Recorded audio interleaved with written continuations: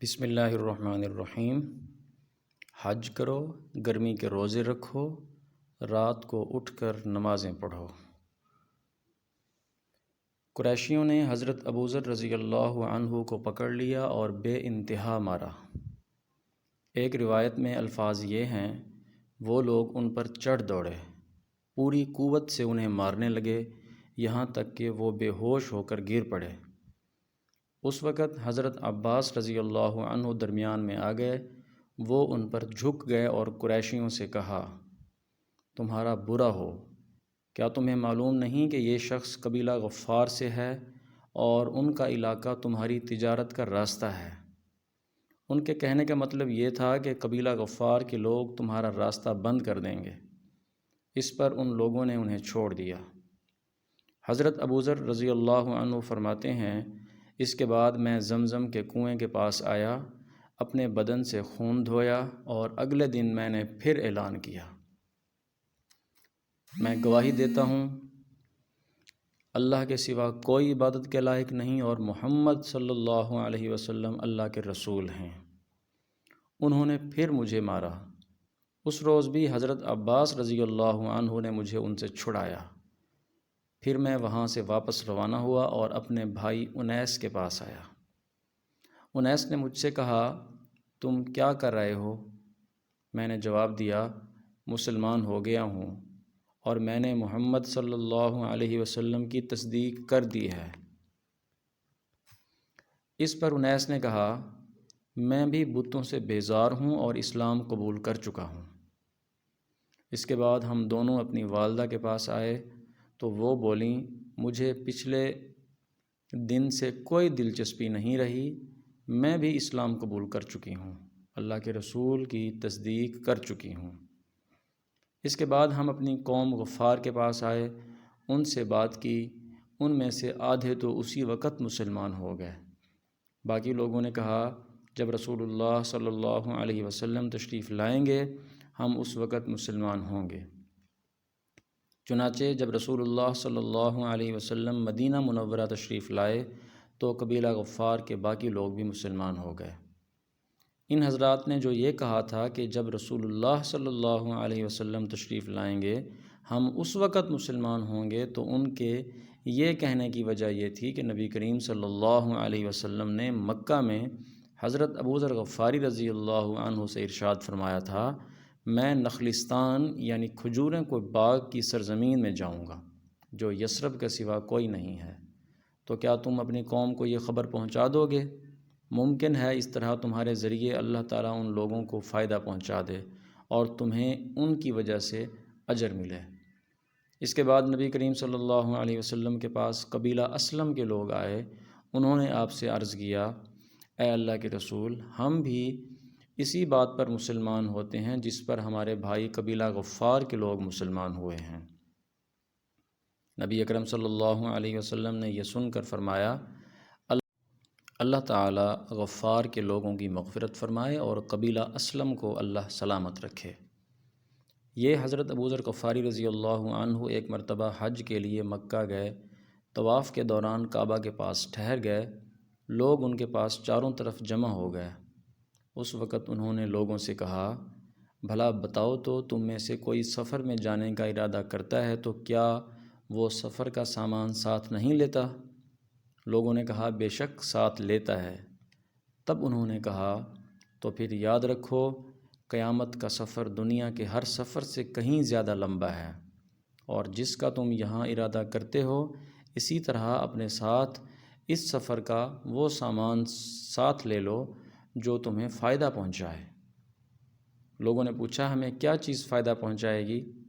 حضرت ابوذر غفاری بولے، بلند مقصد کے لیے حج کرو، قیامت کے دن کا خیال کر کے ایسے دنوں میں روزے رکھو جو سخت گرمی کے دن ہوں، اور قبر کی وحشت اور اندھیرے کا خیال کرتے ہوئے رات کی تاریکی میں اٹھ کر نمازیں پڑھو۔ حضرت ابوذر غفاری رضی اللہ عنہ کے بعد حضرت خالد بن سعید رضی اللہ عنہ ایمان لائے۔ کہا جاتا ہے دیہات کے لوگوں میں سے مسلمان ہونے والوں میں یہ تیسرے یا چوتھے آدمی تھے، ایک قول یہ ہے کہ پانچویں تھے۔ یہ اپنے بھائیوں میں سب سے پہلے مسلمان ہوئے۔ ان کے اسلام لانے کا واقعہ یوں ہے کہ انہوں نے خواب میں جہنم کو دیکھا۔ اس کی آگ بہت خوفناک انداز میں بھڑک رہی تھی۔ یہ خود جہنم کے کنارے کھڑے تھے۔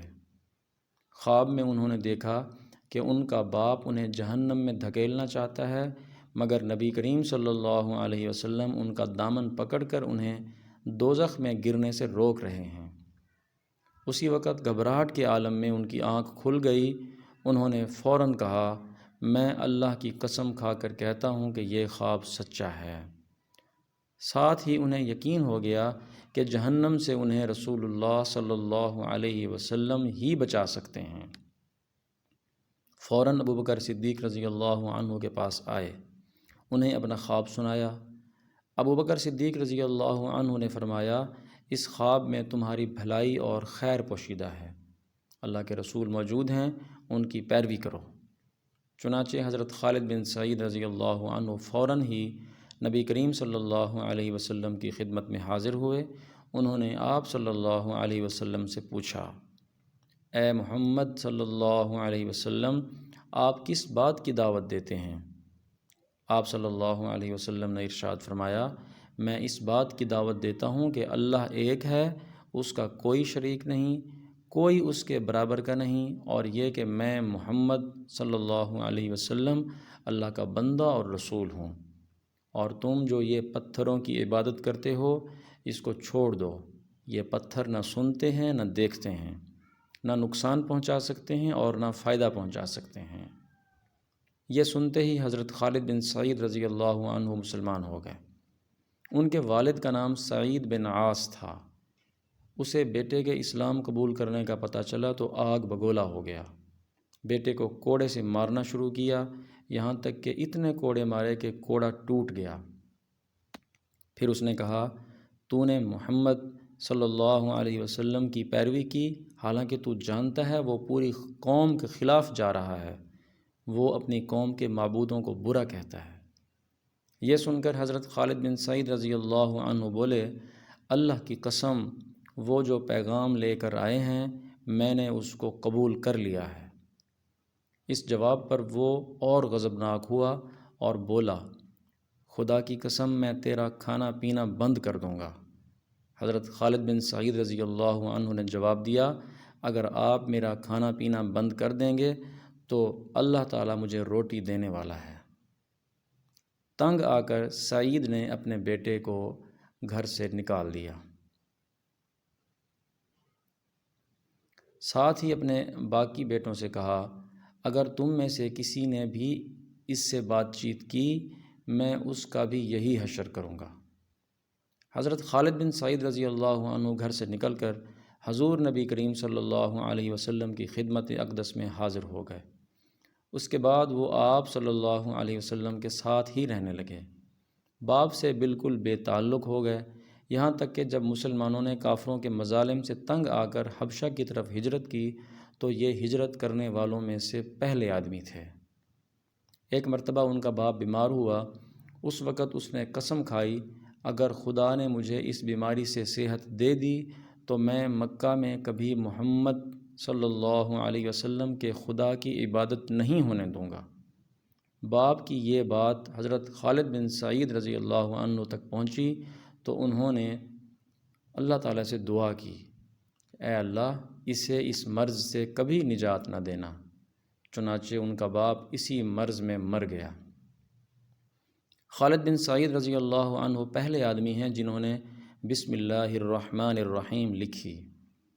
ان کے بعد ان کے بھائی عمرو بن سعید رضی اللہ عنہ مسلمان ہو گئے۔ ان کے مسلمان ہونے کا سبب یہ ہوا کہ انہوں نے خواب میں ایک نور دیکھا۔ نور زمزم کے پاس سے نکلا اور اس سے مدینے کے باغ تک روشن ہو گئے، اور اتنے روشن ہوئے کہ ان میں تازہ کھجوریں نظر آنے لگیں۔ انہوں نے یہ خواب لوگوں سے بیان کیا تو ان سے کہا گیا، زمزم عبد المطلب کے خاندان کا کنواں ہے اور یہ نور بھی انہی میں سے ظاہر ہوگا۔ پھر جب ان کے بھائی خالد رضی اللہ عنہ مسلمان ہو گئے تو انہیں خواب کی حقیقت نظر آنے لگی، چنانچہ یہ بھی مسلمان ہو گئے۔ ان کے علاوہ سعید کی اولاد میں سے ریان اور حکم بھی مسلمان ہوئے۔ حکم کا نام نبی کریم صلی اللہ علیہ وسلم نے عبداللہ رکھا۔ اسی طرح ابتدائی دنوں میں مسلمان ہونے والوں میں حضرت صہیب رومی رضی اللہ عنہ بھی تھے۔ ان کا باپ ایران کے بادشاہ کسریٰ کا گورنر تھا۔ ایک مرتبہ قیصر کی فوجوں نے اس کے علاقے پر حملہ کیا۔ اس لڑائی میں صہیب رضی اللہ عنہ گرفتار ہو گئے، انہیں غلام بنا لیا گیا۔ اس وقت یہ بچے تھے، چنانچہ یہ غلامی کی حالت میں ہی روم میں پلے بڑھے، وہیں جوان ہوئے۔ پھر عرب کے کچھ لوگوں نے انہیں خرید لیا اور فروخت کرنے کے لیے مکہ کے قریب عکاظ کے بازار میں لے آئے۔ اس بازار میں میلہ لگتا تھا، اس میلے میں غلاموں کی خرید و فروخت ہوتی تھی۔ میلے سے انہیں ایک شخص عبداللہ بن جدعان نے خرید لیا۔ اس طرح یہ مکہ میں غلامی کی زندگی گزار رہے تھے کہ نبی کریم صلی اللہ علیہ وسلم کا ظہور ہو گیا۔ ان کے دل میں آئی کہ جا کر ان کی بات تو سنوں۔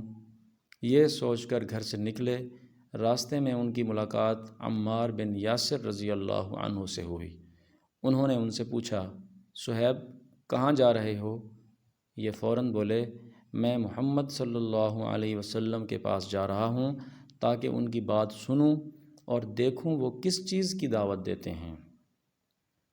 یہ سن کر عمار بن یاسر رضی اللہ عنہ بولے، میں بھی اسی ارادے سے گھر سے نکلا ہوں۔ یہ سن کر صہیب رضی اللہ عنہ بولے، تب پھر اکٹھے ہی چلتے ہیں۔ اب دونوں ایک ساتھ قدم اٹھانے لگے۔ سیرت کا یہ خوبصورت سلسلہ جاری ہے۔ آپ سے گزارش ہے کہ چینل کو سبسکرائب کریں، ویڈیو کو لائک کریں اور دوستوں کو شیئر کریں، اور اس کے ساتھ ساتھ چینل کے ساتھ جڑے رہیں اور تمام ویڈیوز کو باقاعدگی سے دیکھیں۔ جزاکم اللہ خیر۔